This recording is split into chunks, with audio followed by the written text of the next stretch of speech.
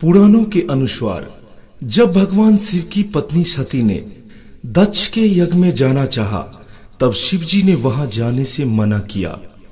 इस इनकार पर माता ने क्रोधवश पहले काली शक्ति प्रकट की, फिर 10 दिशाओं में 10 शक्तियां प्रकट कर अपनी शक्ति की झलक दिखलाने लगी। इस अति भयंकारी दृश्य को देखकर शिव जी घबरा गए।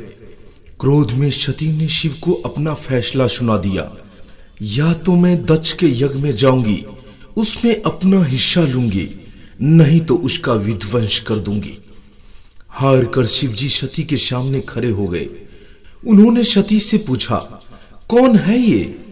सती ने बताया, ये मेरे 10 रूप हैं।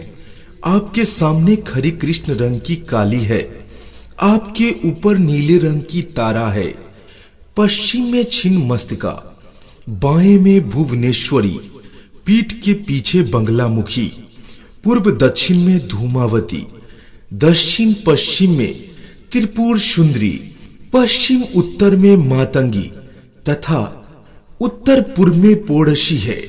और मैं खुद भैरवी के रूप में अभय दान देने के लिए आपके सामने खड़ी हूं।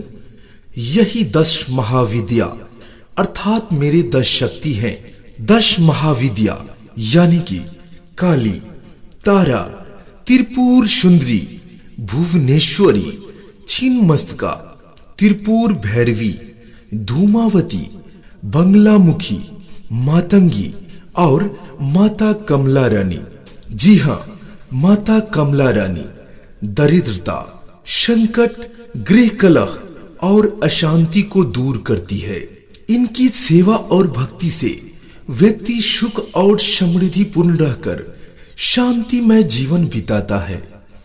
श्वेत वर्ण के 4 हाथी शुंड में स्वर्ण कलश लेकर सुवर्ण के समान कांति लिए हुए मां को स्नान करा रहे हैं।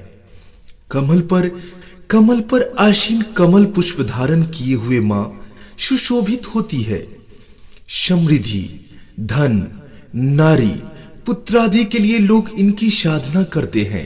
इस महाविद्या की साधना नदी, तालाब या समुद्र में गिरने वाले जल में आकंठ डुबकी लगा के की जाती है। इसकी पूजा करने से व्यक्ति साक्षात कुबेर के समान धनी और विद्यावान हो जाता है। व्यक्ति का यश, व्यापार और प्रभुत्व संसार भर में प्रचारित हो जाता है।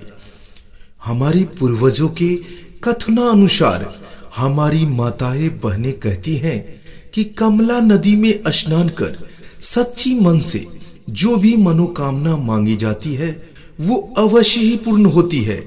कार्तिक पूर्णिमा एवं माघी पूर्णिमा को यहाँ भव्य मेला भी लगता है।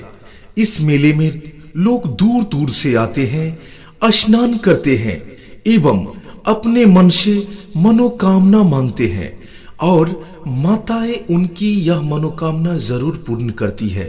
इसी के साथ हम माता कमला रानी को बार बार नमन करते हैं और उन्हें बार बार नमन करते हुए कहते हैं, हंसो जगत प्रसूतत्यै स्वाहा।